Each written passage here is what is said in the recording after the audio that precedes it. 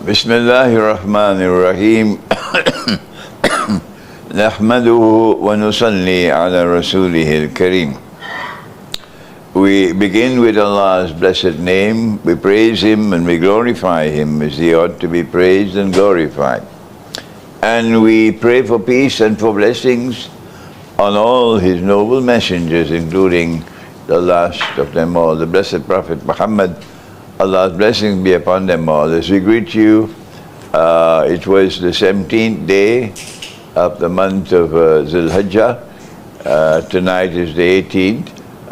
From Kuala Lumpur in Malaysia, with Assalamu alaikum wa rahmatullahi wa barakatuh. And this video is just an introductory observation, introductory response to Israel's attack on Iran, which is continuing. There is more to come later as we are able to understand the situation in a more mature way. But there are so many around the world who are impressed by Islamic eschatology, a branch of knowledge which appears to be scorned by mainstream Islamic scholarship, or ignored by mainstream Islamic scholarship. But there are so many who are impressed by the credentials of Islamic eschatology, and they are looking to me for a response to what has happened in Iran. And I want to first of all apologize. I have the flu and I'm taking antibiotics because there's an infection in the throat, and I also have a cough. So kindly bear with me in my illness. And secondly, that I am about to fly tomorrow to Indonesia, and I will be in Jember for the next 2 weeks. I look forward to going to Jember. I hope get some rest. I badly need some rest. But we'll be having sessions every morning after I have rested for a few days, and every afternoon. And there are many who will come from many different parts of Indonesia to share with me the time in beautiful Jember. So until we meet in Jember, inshallah, I look forward to a little bit of rest. Now then, the first implication of what has happened in Israel's attack on Iran, in my opinion, from the perspective of Islamic eschatology, that we have arrived at a defining moment in history, when the movement of history is changing, when a Pax Americana which has been receding is now giving way, whether they like it or they don't, whether Trump understands or he does not, is now giving way to a Pax Judaica, which is for the first time publicly proclaiming its intention to become a ruling state in the world. We have been explaining this subject 25 years ago in Jerusalem in the Quran, where we advanced the thesis that a Pax Britannica did not emerge in a vacuum, did not emerge by accident, that it was meant to prepare the way in a process of three stages, from Pax Britannica to a Pax Americana, which would prepare the way for what is now taking place, the eventual emergence of a Pax Judaica, where the state of Israel will now seek to rule the world, in order that someone might stand up in Jerusalem and declare to the Jewish world and to mankind, I am the Messiah. They don't teach this subject in the departments of political science and international relations No, this subject is not taught. We have to teach the subject. That he wants to stand up in Jerusalem and declare, I am the Messiah. And those who lack the capacity to understand what's happening will accept him as the Messiah. But not the world of Islam, which will recognize him to be Al-Masihud Dajjal, or the false Messiah, and not that part of the Christian world which has not betrayed Jesus and which will recognize him to be the Antichrist. But that is not taught in academia.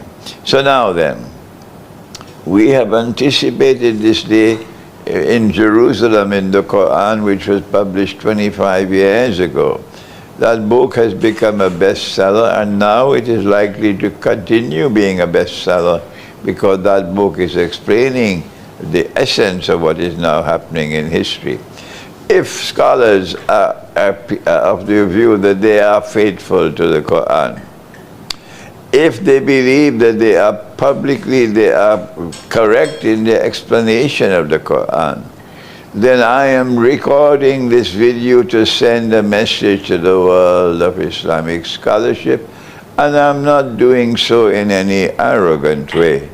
I'm doing so in a very polite way and a scholarly way. That the Quran declares of itself that it is absolute truth. No scholar of Islam dares to differ with that. If the Quran is absolute truth, and if the Quran says that it explains all things, tibyan and likulli shay, then can you deny that the Quran will explain the movement of history? Please answer me. Instead of shutting the doors of the masjid to me, as they have done in Malaysia, you should answer me. Is the Quran not claiming that it explains all things? Well then, would the Quran not explain the movement of history? Would the Quran not explain what is happening in the world at this time when Israel is flexing her muscles and showing all signs of being willing to defy the world?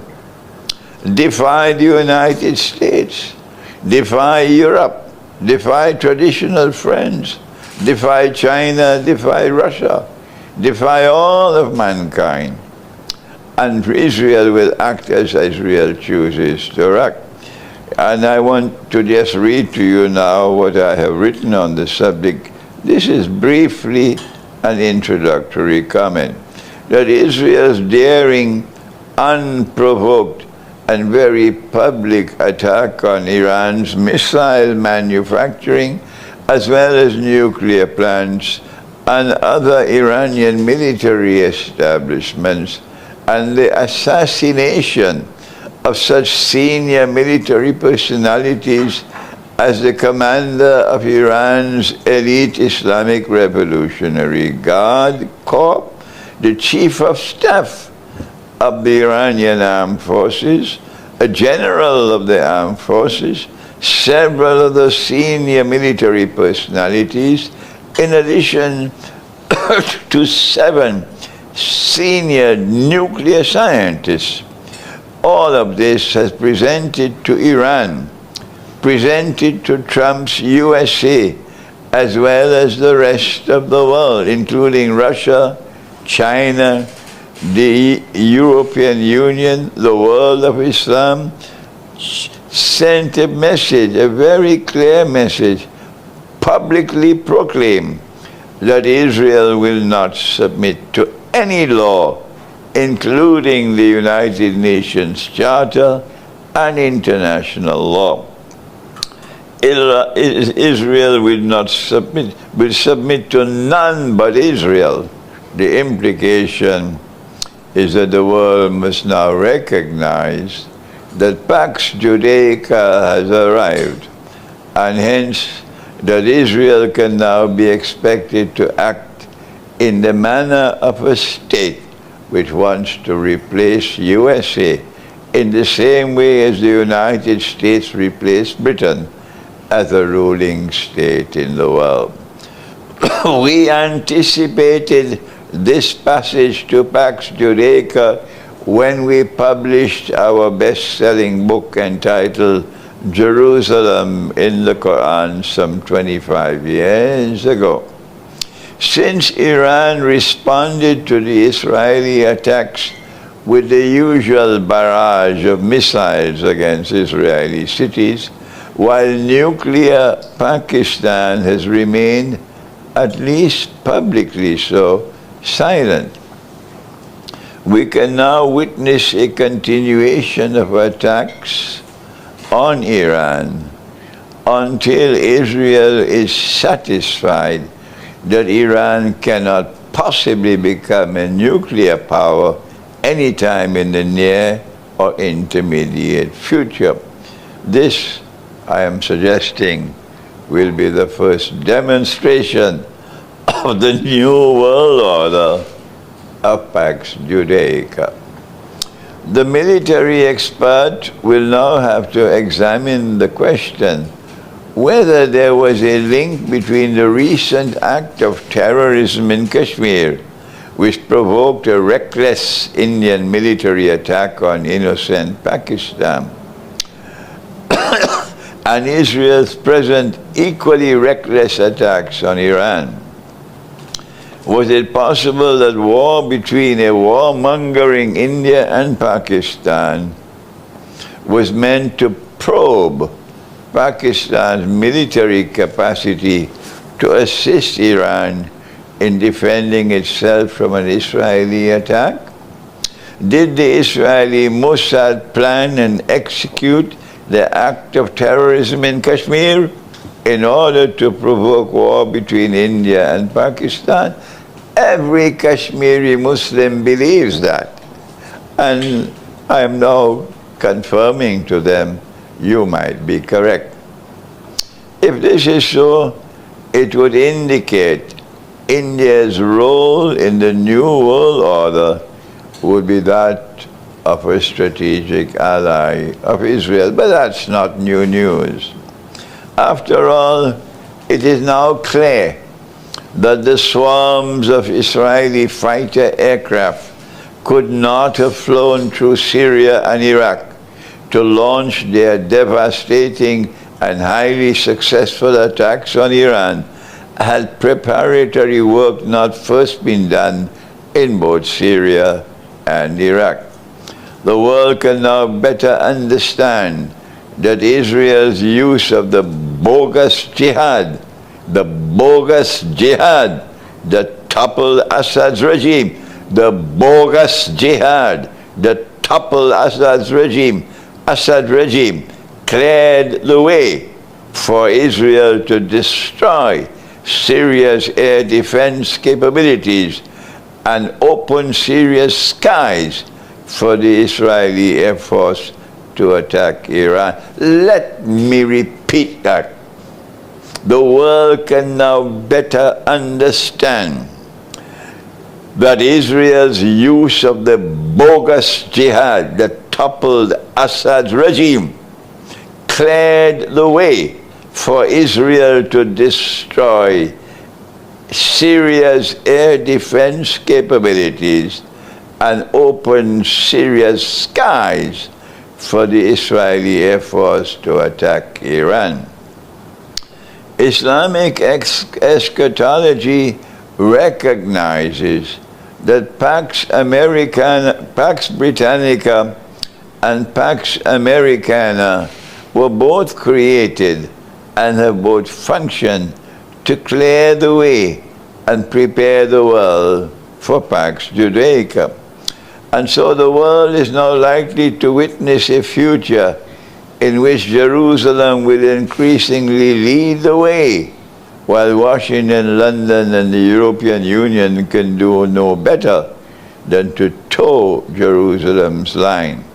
This ominous movement from Pax Britannica to Pax Americana and to Pax Judaica, let me remind you, was explained some 25 years ago in my best-selling book entitled Jerusalem in the Quran. The world must now ask this question: will the United Nations survive a Pax Judaica? What are the long-term implications for Iran of this dramatic evidence of the emergence of Pax Judaica? Let us now attempt to answer that question. It is not possible for any critic to dispute the fact that nuclear power functions as an effective deterrent to the threat of aggression by hostile forces. If Iran had a nuclear deterrent, a warmongering Israel would not have dared to attack in such a way as it has done.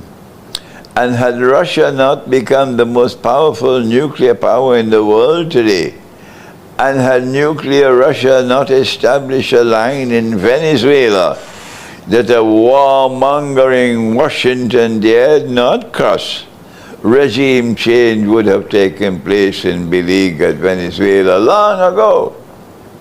The Iranian religious scholarship has consistently argued that the development and use of nuclear weapons in warfare is haram, i.e., legally prohibited by Islamic law. We respect the Iranian view, and we find that there is much moral substance in support of such a view. But the time has come for us to remind Iran that the Quran has demanded plainly and clearly that power must be developed to the extent where it can function as a deterrent. This is Surah Al-Anfal, verse number 60. وَأَعِدُّ لَهُمْ مَا اسْتَطَعْتُم مِّن قُوَّةٍ وَمِن رِبَاطِ الْخَيْلِ تُرْهِبُونَ بِهِ عَدُوَّ اللَّهِ وَعَدُوَّكُمْ. But you must build power so that power can function as a deterrent.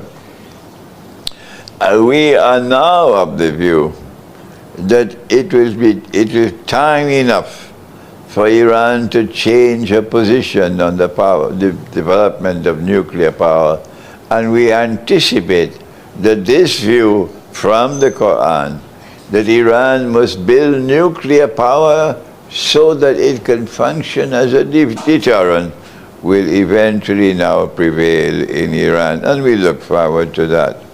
The world may now witness, therefore, Iran withdrawing from the Nuclear Non-Proliferation Treaty. But it may take some time because Iranian Islamic scholarship may not want to change the position so easily. But we are now of the view that public opinion in Iran will eventually force such a change, and therefore that Iran will have to withdraw from the Nuclear Non-Proliferation Treaty, and that Iran will build such a military alliance with Russia that would ensure Iran's capacity to eventually acquire deterrent nuclear power. Since Russia would not submit to Pax Judaica, and the evidence for that has emerged spectacularly so over the last 1.5 years as genocide has taken place in Gaza. Since Russia would not submit to a Pax Judaica, Iran can succeed with Russian help in becoming a nuclear power. And if that happens, the implications for Israel will be very grave indeed. This is simply an introductory comment from me on the implications of Israel's attack on Iran, and I thank you. Wassalamu alaikum wa rahmatullahi wa barakatuh.